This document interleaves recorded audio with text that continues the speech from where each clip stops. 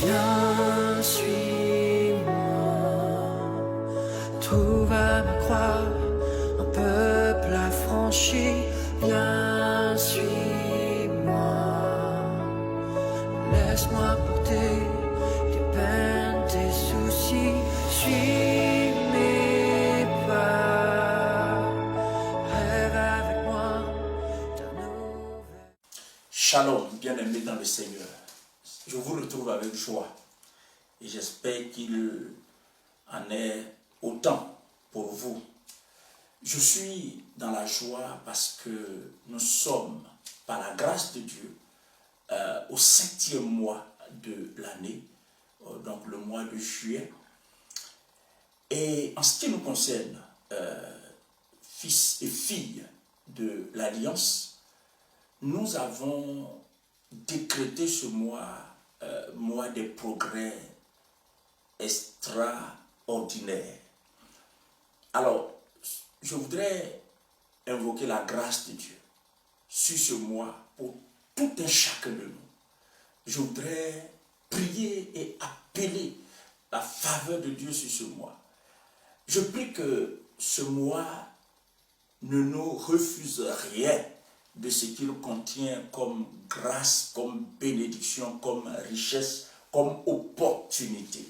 Et je prie que tout au long de ce mois, que Dieu te conduise dans des expériences extraordinaires. Que Dieu bénisse ce 7e mois de l'année pour tous les fils et les filles de l'Alliance. En ce jour 5 juillet 2020, nous entamons une série d'enseignements. Une série d'enseignements absolument capitale, essentielle, j'allais même dire cardinale, ayant pour terme comprendre la nouvelle alliance. Avant d'aller plus loin, je voudrais que nous prions. Père Céleste, merci pour la faveur, la grâce que tu nous accordes de bénéficier du ministère du Saint-Esprit. Seigneur, qui a reçu mandat de nous instruire, de nous conduire, de nous enseigner la vérité. Et ce matin, je te bénis pour la grâce que nous avons. Que ta parole nous éclaire, que ta parole nous instruise, que ta parole fasse tomber les écailles de nos yeux, que ta parole nous rapproche plus que jamais de toi. Bénis donc cette parole, bénis le ministère de la parole, bénis le canal que je suis et bénis tous ceux et celles qui sont connectés présentement. D'où qu'ils regardent, d'où qu'ils nous suivent, Seigneur, bénis chacun. Bénis ceux également qui, pour des raisons de calendrier, d'agenda, vont nous prendre plus tard, vont suivre plus tard cet enseignement. Au nom de Jésus-Christ. Amen. Alors, comme indiqué, le thème de cette vaste série d'enseignements, c'est comprendre la nouvelle alliance. C'est important et l'objectif de cette série, l'objectif visé, c'est d'aider l'Église, d'aider chaque enfant de Dieu à avoir une compréhension biblique claire de la nouvelle alliance afin d'en saisir les privilèges, les prérogatives, les richesses, les avantages, les grâces, les bénédictions et les vertus qui s'en dégagent. Et surtout, afin de pouvoir en jouir pleinement. Nous allons comprendre, en semaine après semaine, étude après étude, nous allons comprendre des choses profondes concernant la nouvelle alliance, concernant les alliances de façon générale, mais surtout concernant la nouvelle alliance. Au sortir de cette série d'études, d'ailleurs, j'ouvre une parenthèse pour vous demander de suivre avec fidélité cette série d'études. Donc, dès aujourd'hui, jusqu'à la fin de la série, vous en serez bénis, vous en serez éclairés et vous serez enrichis, incroyablement enrichis. Donc, soyez bénis. J'étais en train de dire qu'au sortir de cette série d'études, nous comprendrons clairement que la nouvelle alliance n'est pas le prolongement ou la continuation sous une forme ou une autre de l'ancienne alliance. Nous comprendrons aussi que la nouvelle alliance est en tout point une alliance parfaite. Nous comprendrons et nous serons éclairés sur le fait de la supériorité de la nouvelle alliance comparée à l'ancienne alliance. Nous verrons aussi avec beaucoup de clarté que la nouvelle alliance est le meilleur dispositif qui concilie harmonieusement les exigences divines de justice, de sainteté et les faiblesses humaines notoires qui ont rendu la loi sous l'ancienne alliance inefficace à procurer la justification et donc le salut. Et puis, nous aurons davantage de raisons qui vont nous aider à justifier la venue de Christ, non seulement en tant que sacrificateur, sacrifice ultime, mais aussi médiateur. Et nous verrons que sa venue était indispensable au salut de l'humanité. Enfin, nous comprendrons que la nouvelle alliance place le croyant sous le régime unique de la grâce, contrairement à l'ancienne alliance qui place le croyant sous le régime de la loi. Bien-aimés, nous sommes un peuple d'alliance. Nous sommes des fils et des filles d'alliance. Nous sommes en relation avec Dieu sur le fondement de la nouvelle alliance. Il va de soi donc pour nous de comprendre les tenants et les aboutissants de la nouvelle alliance. Il s'impose à nous de comprendre les sensibilités, les subtilités de cette alliance. Parce que c'est notre alliance en fait.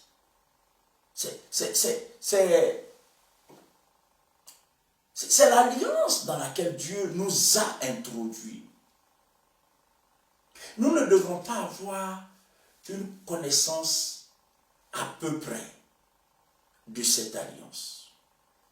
D'où l'intérêt de l'étude ou de l'enseignement que nous allons avoir aujourd'hui. Vous savez que c'est sur la base de l'alliance qui nous lie à Dieu que Dieu nous perçoit et qu'il nous a précis.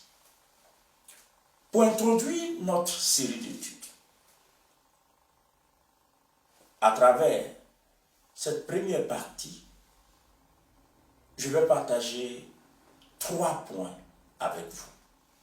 Le premier point, ce qu'est une alliance. Le deuxième point, ce qui motive Dieu à traiter alliance avec nous ou à conclure ou à établir alliance avec nous. Et le dernier point, c'est les faveurs de l'alliance. Qu'est-ce que c'est qu'une alliance? C'est notre premier point. Et c'est à cette question que je vais m'employer à répondre. Qu'est-ce que c'est qu'une alliance? Les termes hébreux et grecs traduits par alliance. Commençons par le terme hébreu. En hébreu, le terme traduit par alliance, c'est bérit. Et ce terme véhicule le sens de couper,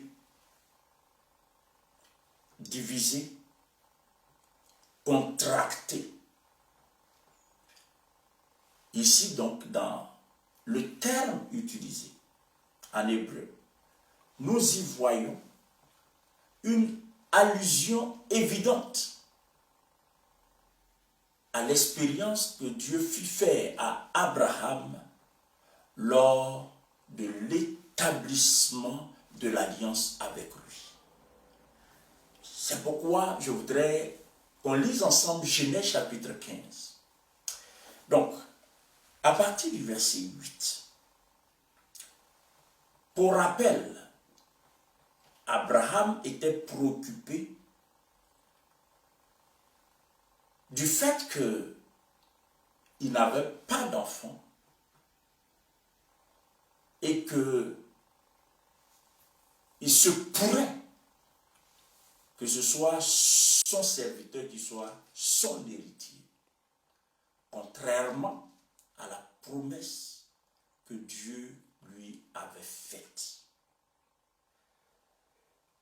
Dieu connaissant nos pensées, sondant nos cœurs, Dieu est allé à la rencontre d'Abraham. Il a amené Abraham à compter les étoiles du ciel. Et suite à ça, Dieu a dit à Abraham que ce n'est pas son serviteur qui sera son héritier, mais que c'est le fils qui naîtra de lui qui sera son héritier. Au verset 8 du chapitre 15, Abraham réplique en disant ceci: Seigneur éternel, à quoi connaîtrai-je que je le posséderai? Donc, ici, il parle aussi bien de l'accomplissement de la promesse que de la possession de Canaan. Et l'Éternel lui dit: prends une génisse de 3 ans, une chèvre de 3 ans, un bélier de 3 ans, une touterelle et une jeune colombe. Abraham prit tous ces animaux, les coupa par le milieu. Donc rappelez-vous, bérit, qui veut dire couper ou diviser. Donc Abraham les coupa par le milieu et mit chaque morceau l'un vis-à-vis de l'autre. Mais il ne partagea point les oiseaux. Les oiseaux de proie s'abattirent sur les cadavres et Abraham les chassa. Au coucher du soleil, un profond sommeil tomba sur Abraham et voici une frayeur et une grande obscurité vint l'assaillir. Et l'Éternel dit à Abraham: sache que tes descendants seront étrangers dans un pays qui ne sera point à eux. Ils y seront asservis et on les opprimera pendant 400 ans. Mais je jugerai la nation à laquelle ils seront asservis. Et ils sortiront ensuite avec de grandes richesses. Toi, tu iras en paix vers tes pères. Tu seras enterré après une heureuse vieillesse. La 4e génération, ils reviendront ici, car l'iniquité des Amoréens n'est pas encore à son comble. Quand le soleil fut couché, il y eut des flammes, il y eut une obscurité profonde, autant pour moi. Et voici, ce fut une fournaise fumante, et des flammes passèrent entre les animaux partagés.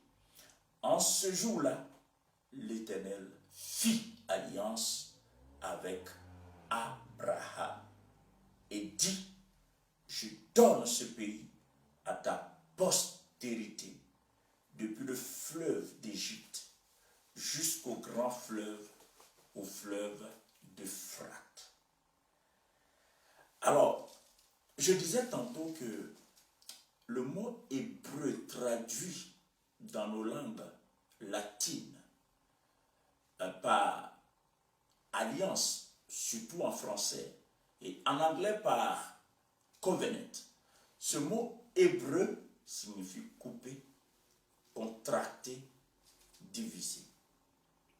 Et à travers le rituel ou la cérémonie qui a abouti à l'établissement de l'alliance que Dieu fit avec Abraham, nous voyons clairement pourquoi ce terme a été employé.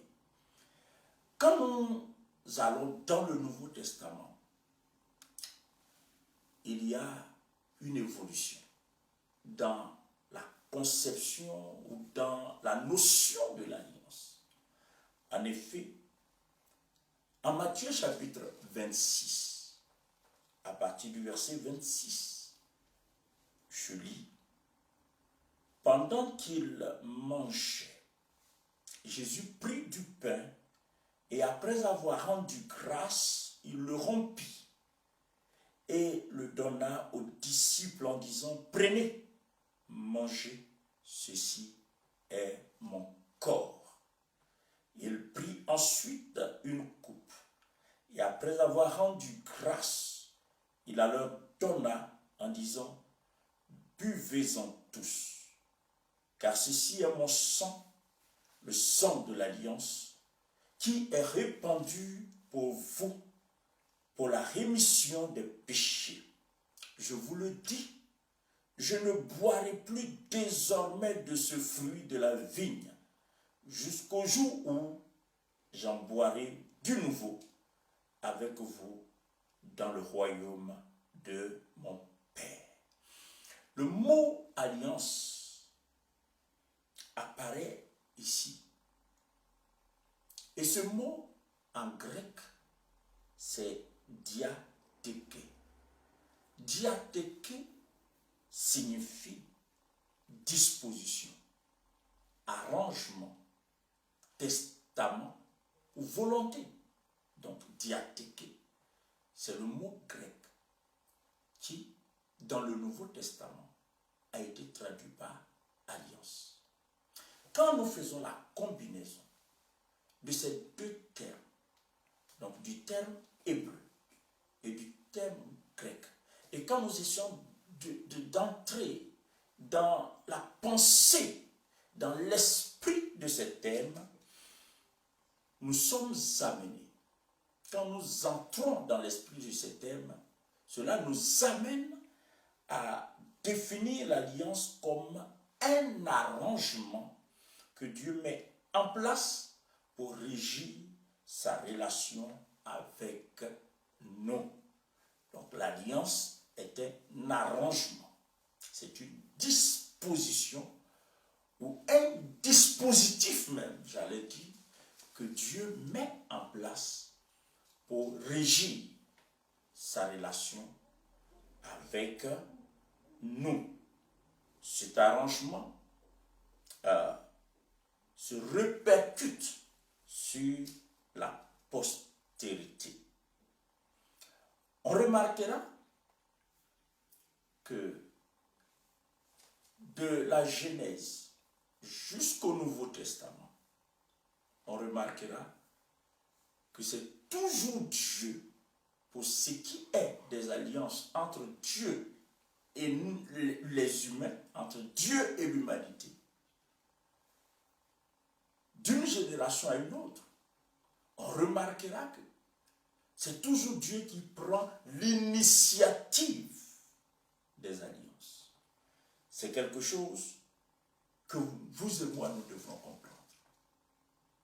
C'est pourquoi il faut comprendre que l'alliance est un arrangement que Dieu met sur pied. Un arrangement que Dieu met sur pied, un dispositif ou une disposition que Dieu met en place afin de pouvoir régir sa relation avec nous. C'est Dieu qui détermine les termes de l'alliance et c'est également lui qui en assure, dans la plupart des cas, les obligations, tout en nous introduisant dans les prérogatives et les faveurs de l'alliance, de façon générale. Du point de vue biblique, on peut donc définir l'alliance, là je me répète, mais c'est nécessaire, on peut donc définir l'alliance comme un arrangement que Dieu met en place afin de s'offrir une légitimité qui va lui permettre d'intervenir sur la terre en faveur et à la place des personnes impliquées dans la dite alliance. Je reprends parce que c'est fondamental. L'alliance est un arrangement, est une disposition, est un dispositif, c'est un système en fait que Dieu met en place afin de s'offrir à lui-même. Notez bien cela. À lui-même la légitimité d'intervenir sur la terre en faveur des personnes impliquées dans l'alliance. Tel que défini,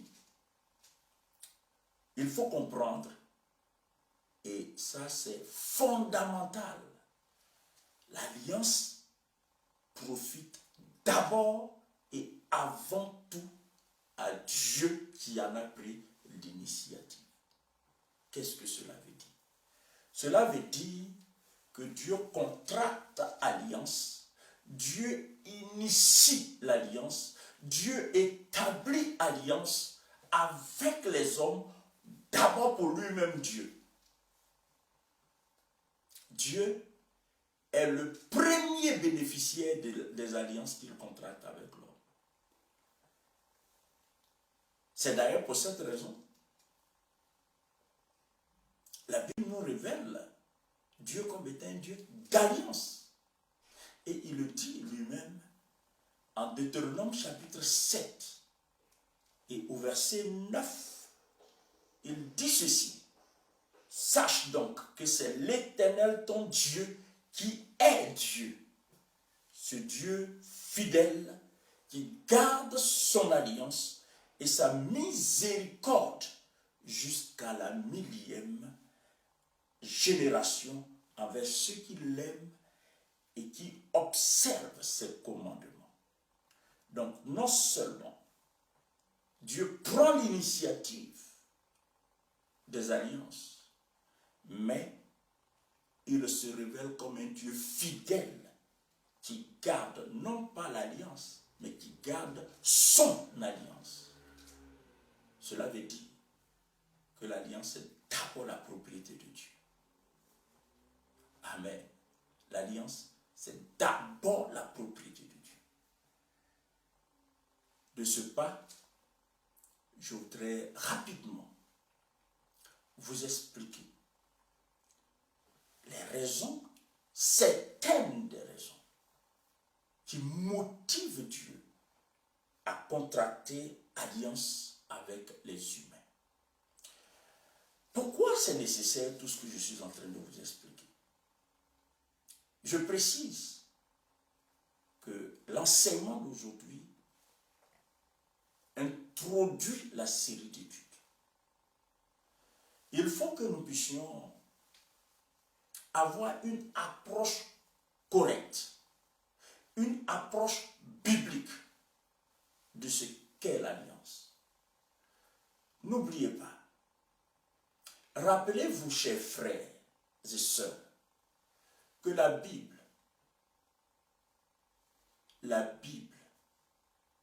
est aussi appelée le livre de l'Alliance. L'Ancien Testament, vous entendez bien, l'Ancien Testament, c'est la partie où est expliquée, est exposée l'ancienne alliance. Le Nouveau Testament explique et expose la nouvelle alliance. Donc, nous avons intérêt à comprendre ce que c'est que l'alliance. Et si nous devons comprendre ce que c'est que l'alliance, notre compréhension ne doit pas s'arrêter seulement à la définition de l'alliance. Parce que la définition, c'est une démarche importante. Mais ce qui est plus important que la définition, c'est la pensée, c'est l'intention première de Dieu. Qu'est-ce qui pousse Dieu à contracter alliance avec nous? Si vous et moi, nous arrivons à percevoir l'intention divine concernant l'alliance, ce qui motive Dieu, ce qui est à l'origine de la démarche de Dieu, si nous comprenons cela, bien-aimés, nous gagnerons. Amen. Nous gagnerons. Alors, qu'est-ce qui motive Dieu à contracter alliance avec les humains? Il faut comprendre que quand Dieu appelle Abraham, d'abord c'est Dieu qui appelle Abraham, ce n'est pas Abraham qui décide de suivre Dieu. Je reviendrai sur ça à une autre occasion. C'est pas, voyez-vous, c'est pas Abraham qui décide de suivre Dieu. C'est Dieu qui prend l'initiative d'approcher Abraham et de dire à Abraham, va-t'en de ton pays, va-t'en de ta patrie, va-t'en de la maison de ton père. Vous aussi, vous avez le souvenir. Peut-être que vous ne le savez pas. Peut-être que ce n'est pas ce que je vais dire. Vous ne l'avez pas perçu comme je vais vous le présenter. Mais je tiens à souligner que l'homme, l'être humain, n'est pas au départ de sa propre conversion. Nous ne sommes pas au départ de notre propre conversion. Nous ne sommes pas à l'origine de notre propre conversion. Notre conversion a pour point de départ l'intention divine. Notre conversion a pour point de départ notre conversion en Christ. Notre conversion à Christ a pour point de départ, n'est-ce pas, l'intention divine, l'amour de Dieu, le projet de Dieu. C'est Dieu qui est venu vers nous. La Bible dit, ceux qu'il a élus, il les a aussi appelés. Ceux qu'il a choisis, il les a appelés. Jésus dit, personne ne vient au Fils si ce n'est le Père qui l'attire. Donc, quand Dieu appelle Abraham, Dieu lui fait des promesses. Et entre autres promesses, Dieu lui parle d'une postérité nombreuse. Et Dieu lui parle d'un territoire qui serait sa résidence et celle de sa postérité. Les années passaient et Abraham ne voyait pas s'accomplir cette promesse. C'est alors que, préoccupé par ça, quand, en Genèse 15, et je voudrais qu'on reconsidère certaines parties de ce texte. Donc, en Genèse 15,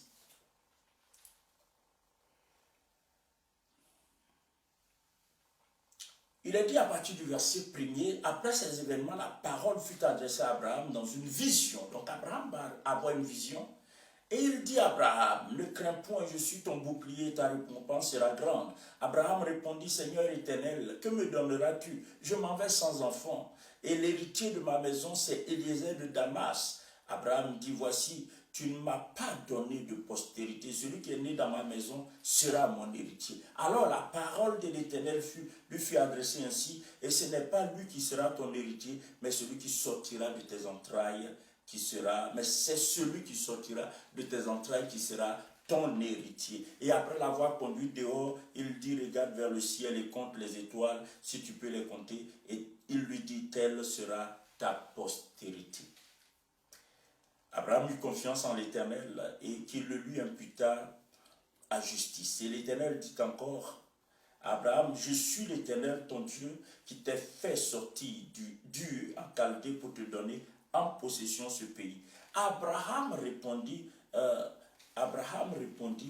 Seigneur éternel, à quoi connaîtrai-je que je posséderai le pays?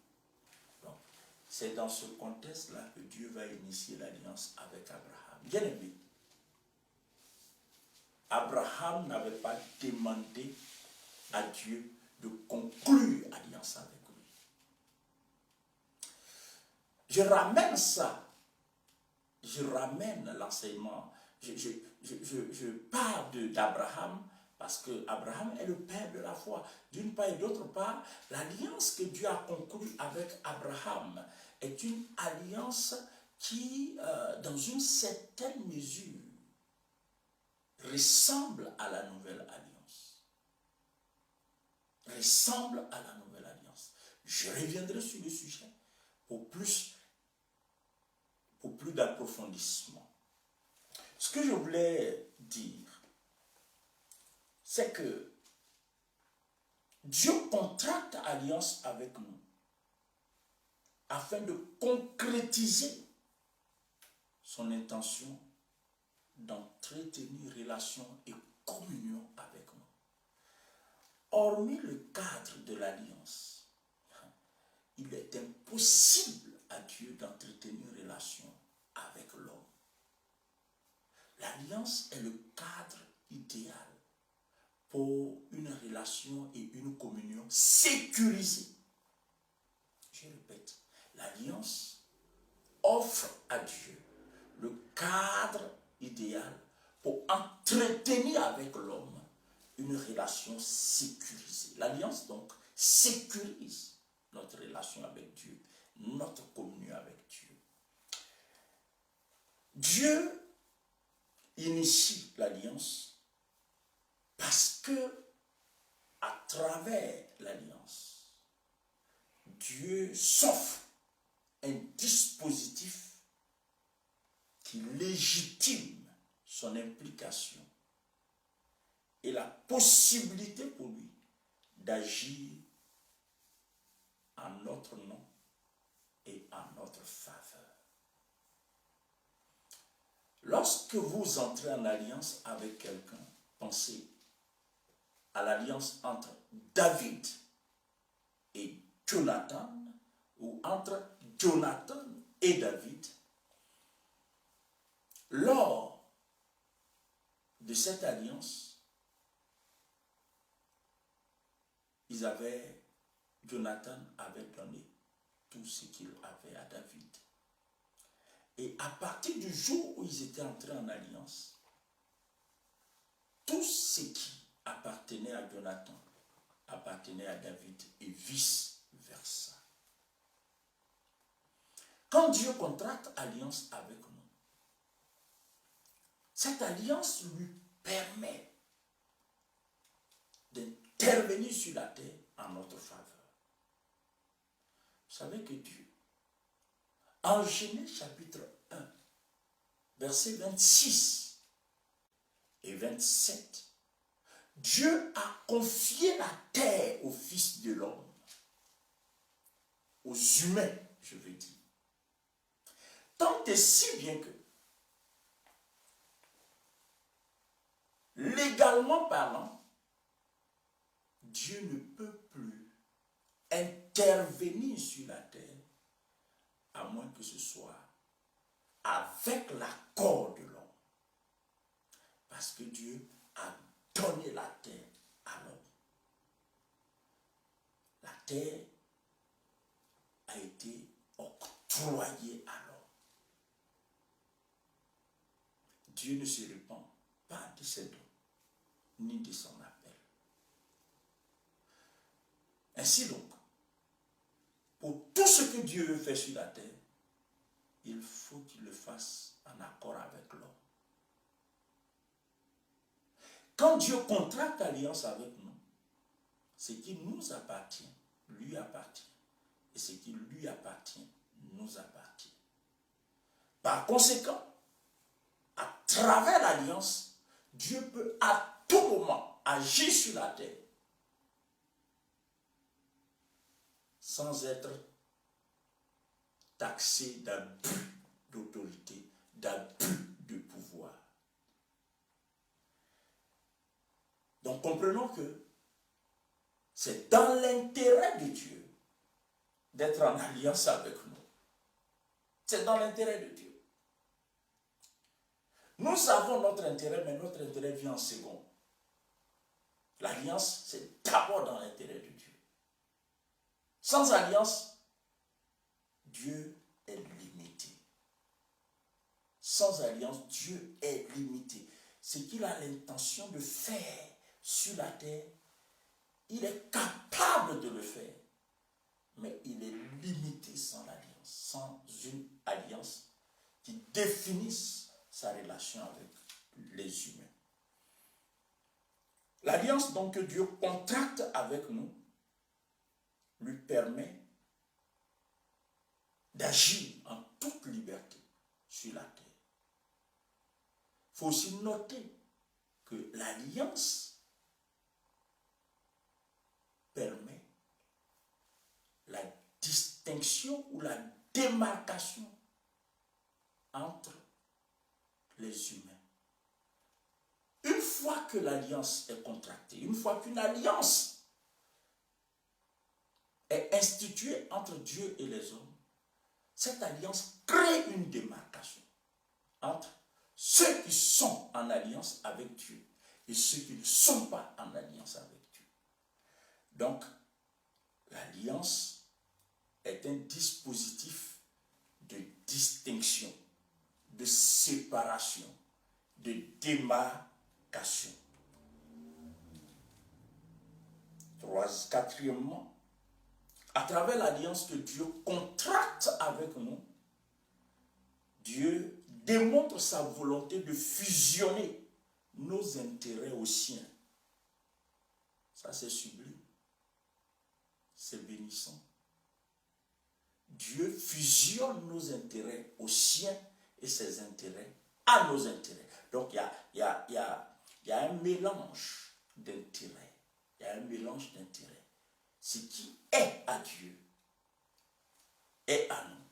Et ce qui est à nous est à Dieu. Ce sont des choses que nous devrons intégrer parce que ça va nous aider à apprécier la nouvelle alliance. À travers l'alliance, donc, Dieu se donne aussi un cadre légal qui lui permet de répondre de nous à notre place chaque fois que cela sera nécessaire. C'est au nom de l'alliance que Dieu a livré bataille en faveur d'Israël contre les ennemis d'Israël. C'est au nom de l'alliance que Dieu a dit, celui qui vous touche, touche la prunelle de mon œil. C'est au nom de l'alliance. Rappelez-vous que lors des guerres, surtout de la Deuxième Guerre mondiale, c'est parce qu'il y avait alliance entre la France et d'autres nations, notamment la Grande-Bretagne, les États-Unis. On les appelait les alliés. C'est grâce à cette alliance et sur le fondement de cette alliance que la Grande-Bretagne et les États-Unis ont volé au secours de la France. Parce que l'alliance qui les liait à la France justifiait leur intervention, justifiait, n'est-ce pas, qu'ils mettent leurs forces, leurs armées, leur puissance militaire au service de la France contre les ennemis de la France. L'alliance faisait que les ennemis de la France étaient les ennemis des États-Unis, étaient les ennemis de la Grande-Bretagne. Si cela est vrai entre humains, cela l'est davantage entre Dieu et nous. Et ce, d'autant plus que c'est Dieu lui-même qui fait la démarche qui consiste à établir alliance avec nous. Bien-aimés, je veux ajouter que l'alliance avec Dieu, je suis en train d'expliquer ce qui motive Dieu, ce qui explique l'empressement que Dieu éprouve. Et cela se voit de la Genèse jusqu'à l'Apocalypse. L'empressement que Dieu éprouve à contracter alliance avec nous. Lisez la Bible et vous vous rendrez compte que jamais un être humain n'a pris. Quel être humain, aussi grand soit-il, aurait eu le courage, l'audace d'aller devant Dieu et de dire à Dieu, je suis venu contracter alliance avec toi. Vous imaginez ça? C'est impossible. C'est impossible parce que d'ailleurs, pour pouvoir contracter alliance avec quelqu'un, dans l'esprit des alliances entre les hommes, il faut quand même une certaine égalité. On ne peut pas contracter alliance avec quelqu'un qui est notoirement supérieur.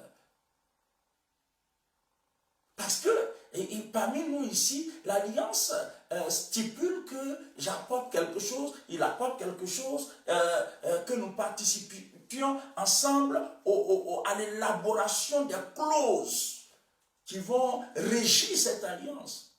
Vous imaginez un homme en train d'entrer dans une telle tractation avec Dieu? C'est impossible.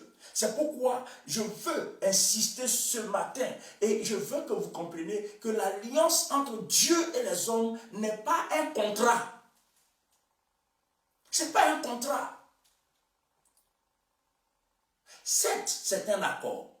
Mais comprenez que ce n'est pas un accord, ce n'est pas un pacte dans l'esprit d'un contrat qui fait que, qui oblige chaque partie à respecter les clauses, autrement l'alliance devient caduque. Vous imaginez, Dieu ne s'est jamais assis avec quelqu'un pour définir les clauses d'une alliance. Mais ce sont des choses que nous comprendrons au fur et à mesure. Parce que si nous comprenons ces choses, notre conception de l'alliance va changer et nous pourrons traiter avec Dieu. Parce que quoi qu'il en soit, il n'y a pas de relation, il n'y a pas de possibilité de relation entre Dieu et les hommes en dehors de l'alliance.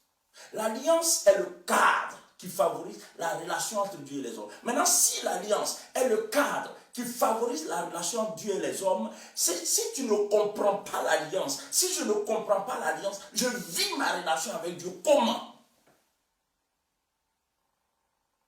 Combien ne sont pas loin, n'est-ce pas, des prérogatives de l'alliance?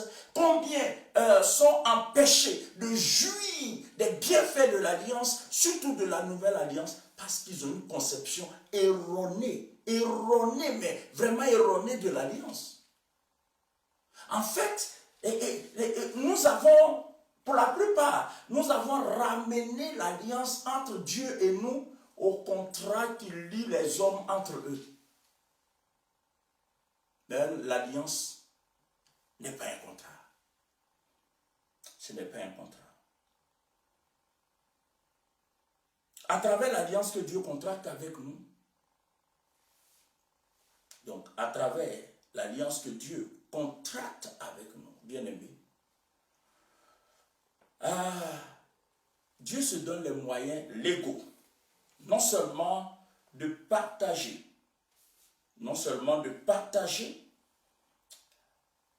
avec nous ce qu'il a, mais aussi de nous faire entrer dans la pleine jouissance de ce qu'il est.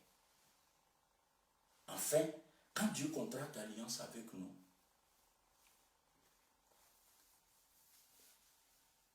cette alliance lui permet de consolider, de rassurer notre foi en lui, tout en garantissant ses promesses. C'est ce qu'il a fait avec Abraham. Abraham dit, comment je reconnaîtrai que je posséderai ces choses? Comment? Et pour répondre à cette question, Dieu amène Abraham à contracter. Dieu introduit Abraham dans une alliance formidable. Une alliance inconditionnelle. Bien-aimés, voici donc succinctement présenté les motifs qui poussent Dieu à entrer en alliance avec nous, à initier alliance et à nous faire entrer dans cette alliance. Quiconque n'est pas en alliance avec Dieu ne peut pas entretenir de relation avec Dieu. Toute relation dynamique, vivante avec Dieu nécessite un cadre. Et le cadre qui favorise toute relation avec Dieu, c'est l'alliance. C'est pourquoi vous et moi, nous devons comprendre. Dans l'Ancien Testament, Dieu a entretenu une relation avec différentes générations de personnes. Vous verrez que chaque alliance lui permettait d'entrer en relation. Seulement dans l'Ancien Testament, les alliances étaient imparfaites. Imparfaites parce que c'était des alliances, pour la plupart, c'était des alliances conditionnelles. Et les faiblesses, les lacunes, les manquements qui sont le lot de tous les êtres humains faisaient que les alliances étaient transgressées, continuellement transgressées, continuellement brisées, jusqu'à ce que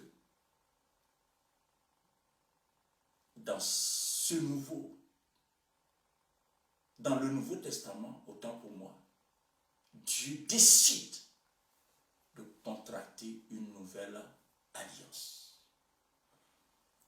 Bien-aimés, pour terminer cette introduction sur la série d'études ayant pour thème comprendre la nouvelle alliance, aujourd'hui, je n'ai pas évoqué la nouvelle alliance, je suis resté dans les généralités. Mais cela va nous préparer à comprendre la nouvelle le dimanche prochain, je vous proposerai une étude comparative entre l'ancienne alliance et la nouvelle alliance. Tout ça dans l'optique de la compréhension de la nouvelle alliance. Je veux terminer ce matin en évoquant les faveurs de l'alliance. Quelles sont les faveurs qui sont rattachées à l'alliance? Il faut noter, premièrement, que l'alliance nous confère un statut particulier devant Dieu. Les faveurs que l'alliance représente pour nous. Premièrement, l'alliance nous confère un statut particulier devant Dieu.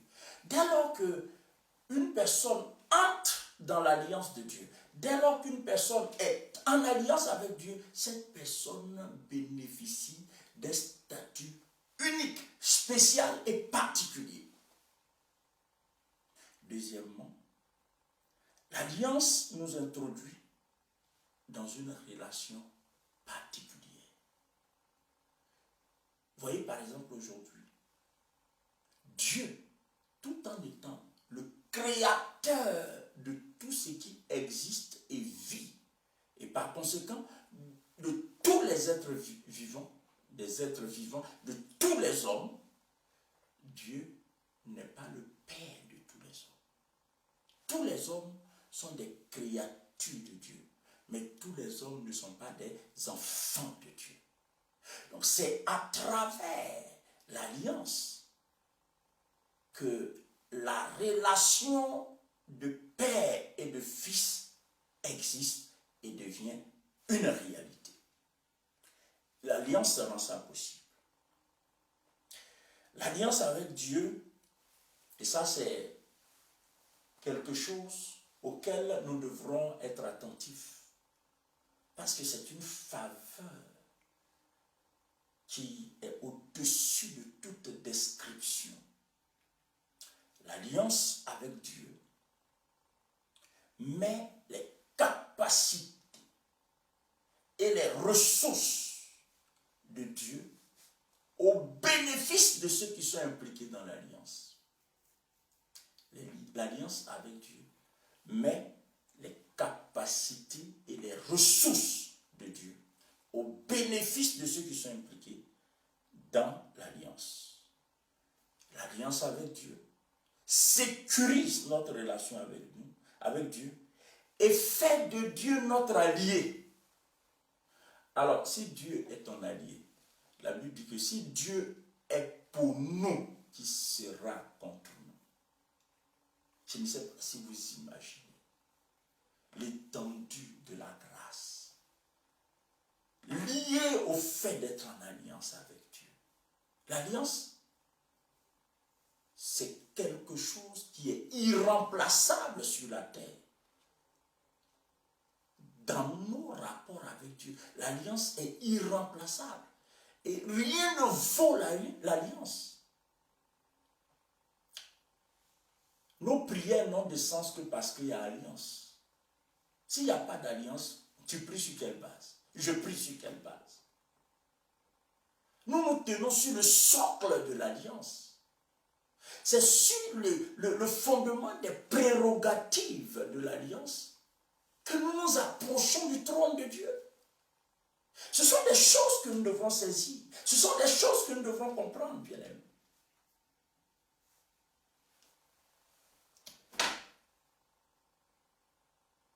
Il faut ajouter à ce qui a été dit, pour parler des faveurs rattachées à l'alliance, que l'alliance avec Dieu permet à Dieu de suppléer à nos lacunes,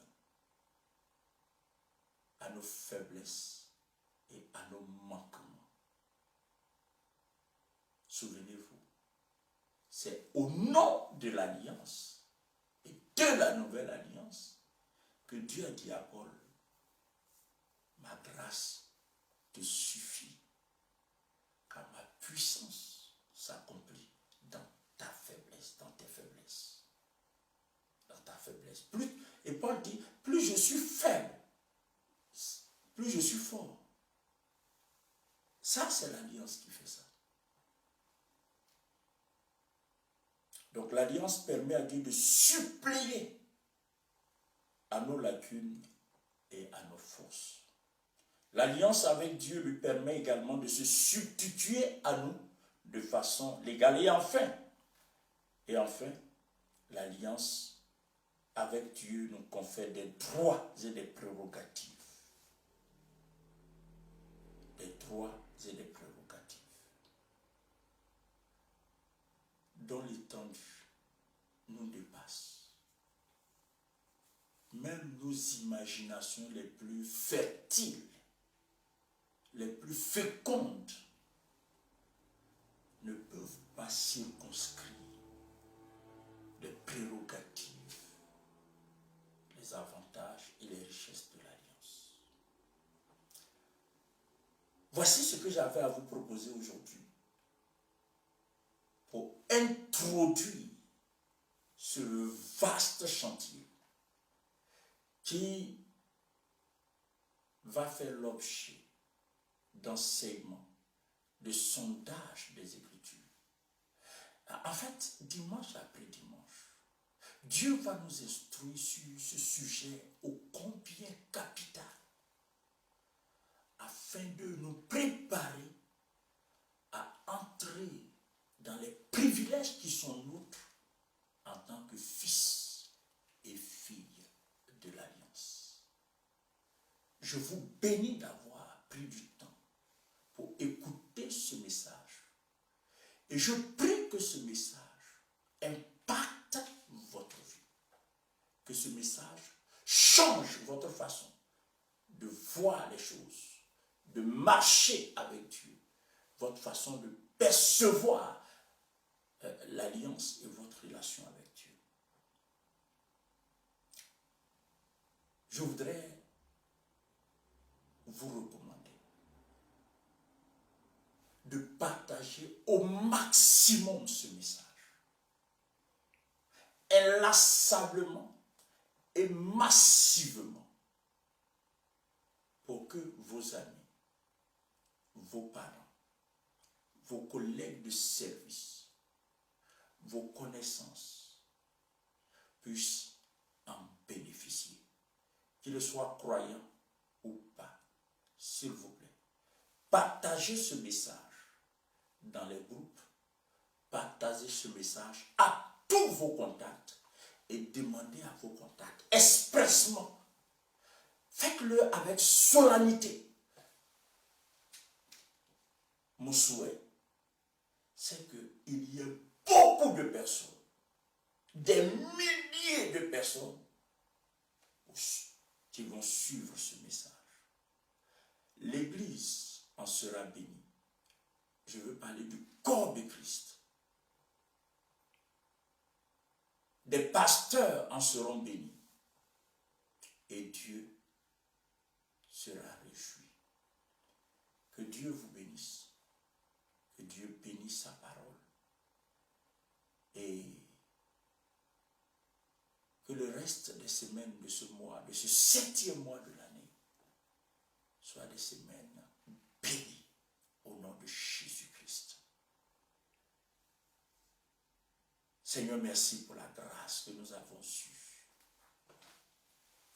d'être exposés à cette vérité fondamentale concernant l'alliance. Merci de bénir cette sémence, de l'arroser et de permettre qu'elle porte du fruit. Au nom de Jésus-Christ. Amen.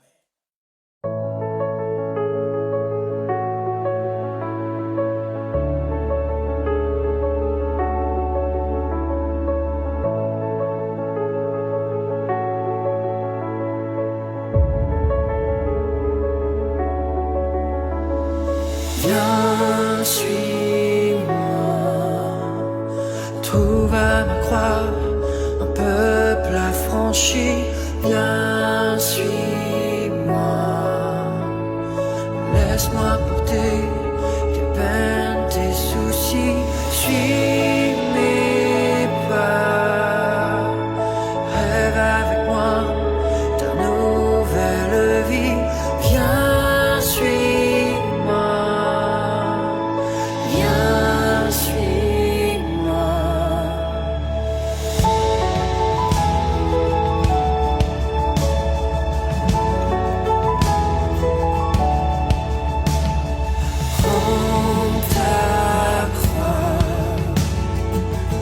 derrière toi, les visions sont claires. Prends ta croix, inspire des âmes à vivre et croître. Suis